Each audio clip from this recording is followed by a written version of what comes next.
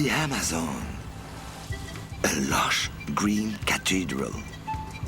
For biologists, a mythical forest that we never tire of exploring, a place we can count on for surprises.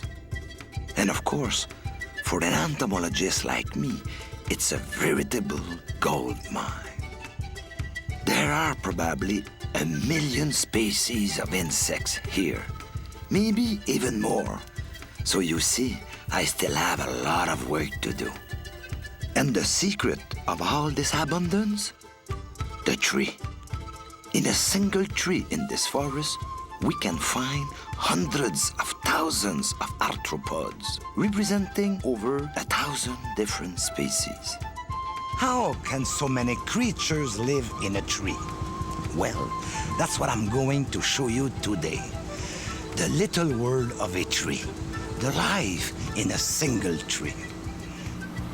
It's not easy to get to the Amazon. Here, in the Peruvian part, the only way to travel is by boat. There are big river boats that sail down the Amazon right to Brazil. But for me, this is the end of the line. Here, where the Napo River meets the Amazon, is really an entomologist's paradise.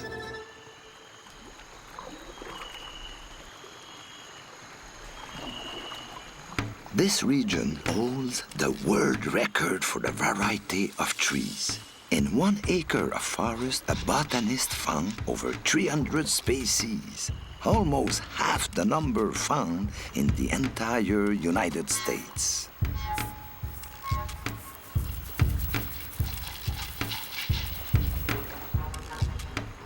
A research foundation, the ASIR, has even built laboratories here that are used by scientists from all over the world.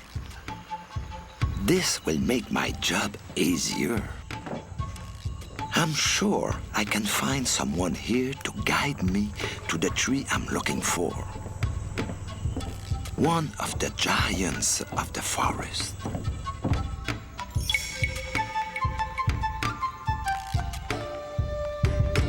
My guide is Anibal Chacon, a researcher for whom the tropical forest holds no secrets. It seems that Anibal has the answer for everything.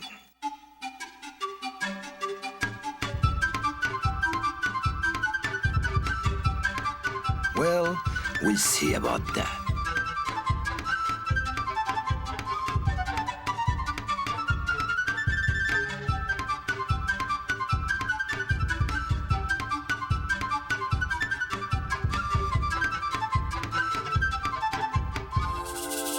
Perfect. This is exactly what I was looking for. A tree over 130 feet high, towering above the others. It must contain all insect communities. From an entomologist's point of view, it's a megalopolis. Come on, George. No time to lose. It's time for work. The great city of insects awaits you.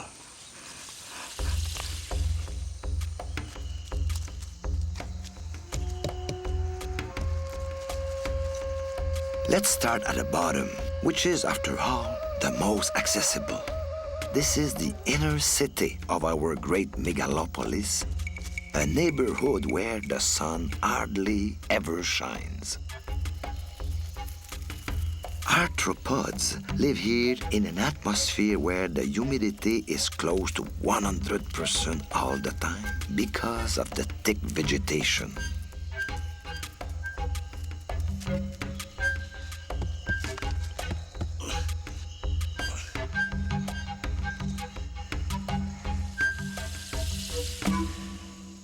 Look at this weird creature. It's an amblypige, an arachnid, somewhere between a spider and a scorpion. Tailless whip scorpions, or amblypigi, live mainly in caves, but in the cavities of tree trunks, they often find conditions very close to the humidity of their home caves.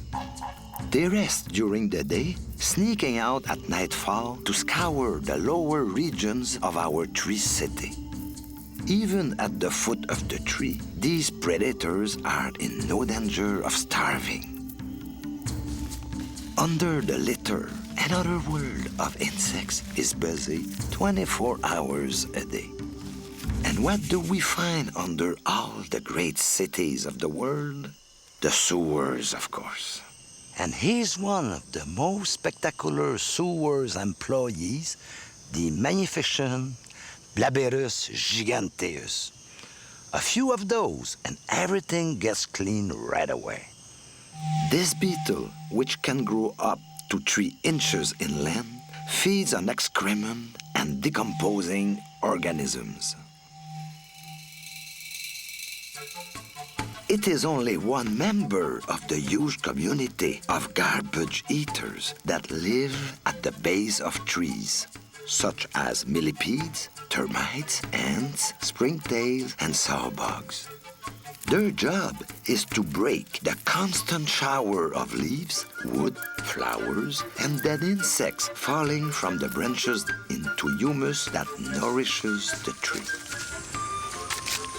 This complete recycling plant is the result of millions of years of evolution. It is so efficient that it enables the soil, which in tropical country is poor and very thin, to support and feed those old giants. Now, what about the trunk? Or more precisely, how do I get up the trunk?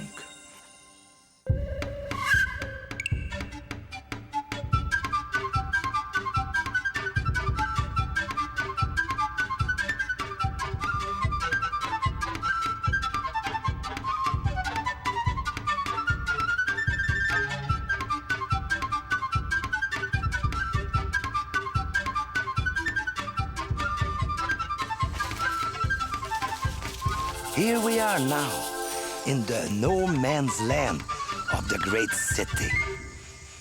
At first glance, this place may seem deserted, but that is just our first impression. The bark of a tree like this provides close to 80 square yards of living space. Plenty of room for inhabitants as tiny as our insects. Look here. There's some bark bugs. You don't see nothing? And it's quite normal because their body is flat like a piece of paper. And they imitate perfectly the structure and the color of the bark. Like most of the arthropods that live on tree trunks, bark bugs are excellent camouflage artists. But their disguise has an added feature. When the rain runs down the trunk and the bark turns darker, these bugs also take on a darker color. The exoskeleton of other insects is waterproof, but bark bugs absorb water, so their camouflage remains perfect.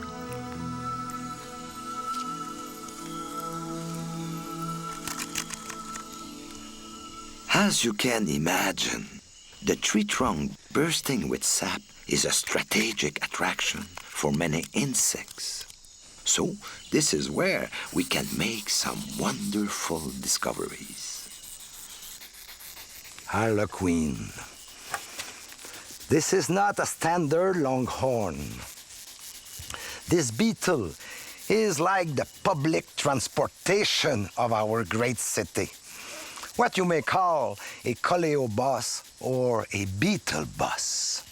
In fact, the harlequin carries some very strange passengers, pseudo-scorpions. Pseudo-scorpions normally live under the bark, but the females like to slip under the elytra of longhorns when they land close by. There, they find lots of tasty mites and ticks to eat.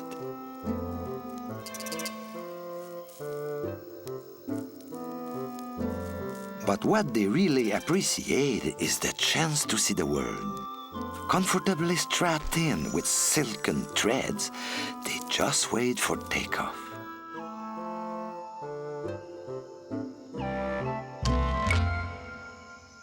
And at last, but not the least, the trunk is a major transportation system to the height of the city. In the trees of the tropical forest, termites build endless tunnels out of earth, excrement, and saliva.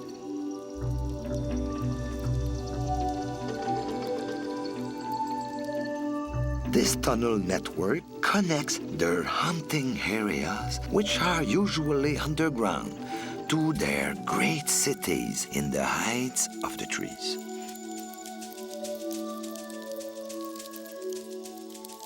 Certain ants that nest in the ground, like the leaf-cutting hattus, build actual two-lane highways on the trunks. They travel them in order to collect leaves to use as compost for the fungus they love to eat. What we see is merely the visible part of the large atoroad network. Higher up in the lowest branches, these highways split into secondary roads and then little tracks until they reach the canopy. This mysterious world suspended in mid-air, a world most of us can only dream about. But the canopy is way up high, at 130 feet above ground. Much too high for most people. And yet, not content with dreams, some researchers have found ways to get up there. Hello. Hi. My name's Phil Whitman. How are you, sir? I'm George Brossard from Canada. Nice to meet you. Nice to meet you. Nice meeting you. Phil Whitman is one of those pioneer biologists who has managed to explore the canopy.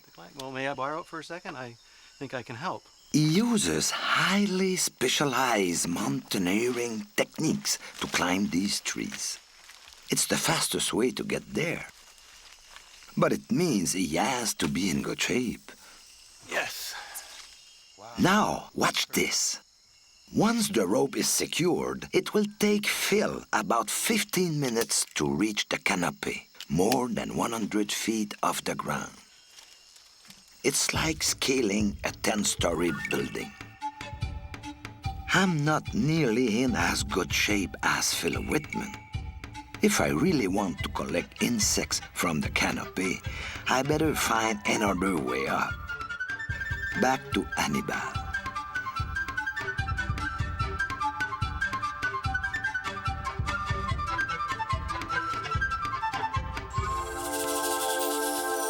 Puente aéreo. Puente aéreo o puente colgante. Bien, está bien. And here it is, a wonderful system built by those canopy pioneers so that ordinary people like me can share their love of these great trees. This bridge, suspended in the heart of the Amazon rainforest, is the first step in a breathtaking aerial adventure. 11 connecting walkways that take us right up into the sky. The crowns of these trees form a world very different from the world below. The tropical sun can be incredibly hot. Some days, at noon, the humidity can be as low as 30 degrees and the temperature as high as 120 degrees Fahrenheit. But as we see, the canopy looks like a great green ocean. A peaceful haven for creatures so tiny that most of them seem practically weightless.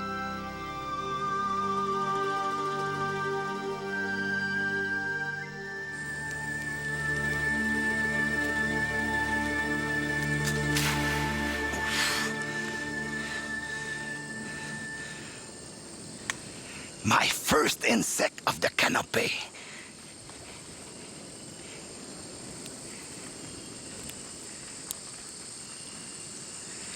A beautiful chrysomelid. The tropical forest canopy isn't overpopulated, but there is an extraordinary variety of insects.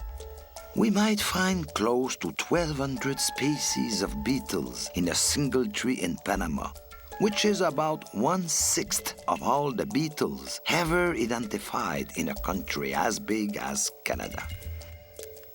Part of the reason for this abundance is the varied and lush vegetation we find in the crown of these trees. Normally, an animal will evolve from its original species when it finds itself isolated by some kind of great ecological barrier. Here in the tropical forest, that barrier is the plant. Each plant is a sort of island that has its own special fauna population. So, the insects in the canopy might live next door to one another, but each of them has its own private room. Bromeliads. Of all the epiphytes, bromeliads are known as the best residential areas for the Great Hanging City. Let's see if we can collect some of the citizens of this city. Bad luck. A bit too far for me. George, can I help you? Wow, Phil, how are you? Well, I'm up here sampling this bromeliad to find out what lives in it. Looks like Phil has the right idea. He is in a much better position to collect some of the residents in a bromeliad. Inside the bromeliad. Can I borrow? Yes, please. I wonder what he's found.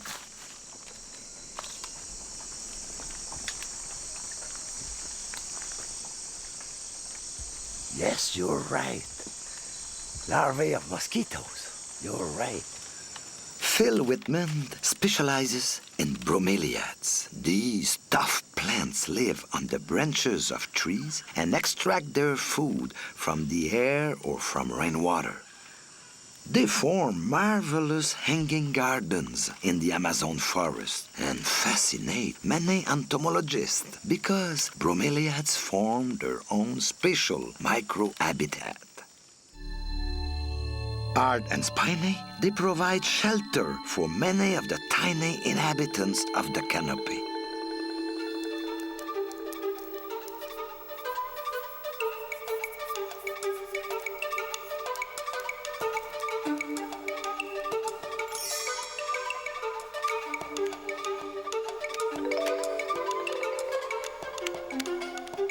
The rosette formation of their leaves forms all kinds of tiny basins where rainwater can collect.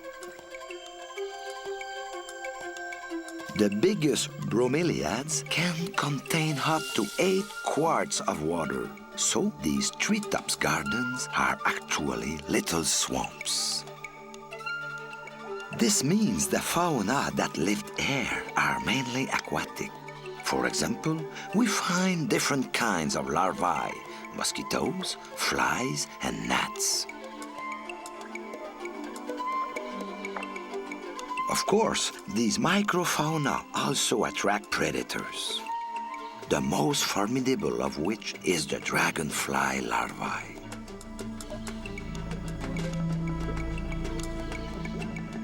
But we won't find just insect larvae in these bromeliads. We will also find tadpoles. In fact, for many of the residents of this aerial city, bromeliads are the nurseries where their offspring are born and grow up.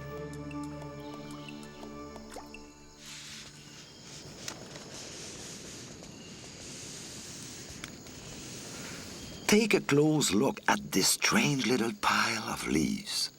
This is one of the most elaborate forms of symbiosis in nature, an ant garden. Many scientists have studied these gardens in great detail, and what they have discovered is just fascinating.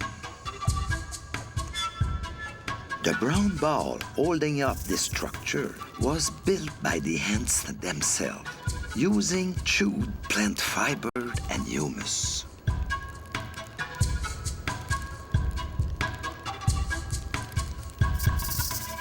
The ants feed on the fruit of certain epiphytes. When they are full, they throw the seeds into the center of the nest, where they soon begin to sprout.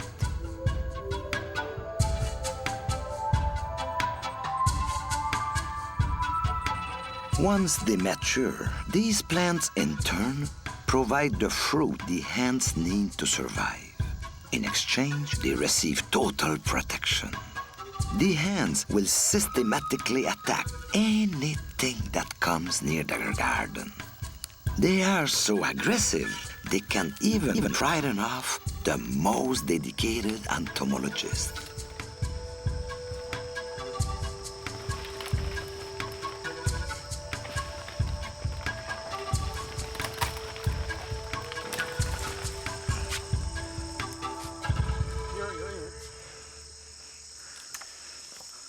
Scientists are just starting to study these hanging gardens. But already they are opening up new horizons. Thousands of new species have been discovered, leading us to believe that we had seriously underestimated the biodiversity of our planet. We may discover that there are close to 30 million insect species on Earth, many of which can be found here 130 feet above ground. Taxonomists have only identified 1,400,000 animal and plant species. So, we really have a long way to go before we identify them all. Even if this is a hypothetical figure, it has at least been useful in drawing attention to a previously neglected habitat, the canopy, where close to 40% of the animal and plant species on Earth have chosen to call home. For me, the canopy is truly a cauldron of creation. There are so many species and individuals, it might look completely chaotic. But under all this profusion, there is, no doubt, order, organization, and natural laws we do not yet understand. It is probably here at the top of the trees that is hidden one of the great mysteries of life. This place where we can start trying to understand how such diversity has been created out of so little raw material.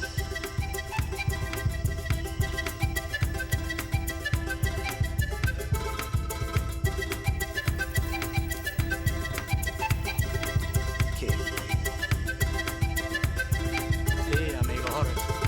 Muy bueno. Muy bonito. If we consider that an area of primal forest the size of a football field disappears every second, the study of the canopy is a race against time. A race we may, at least in part, have already lost. Future generations will certainly be proud that we are putting more and more energy into preserving the incredible mosaic of creation formed by life in a single tree.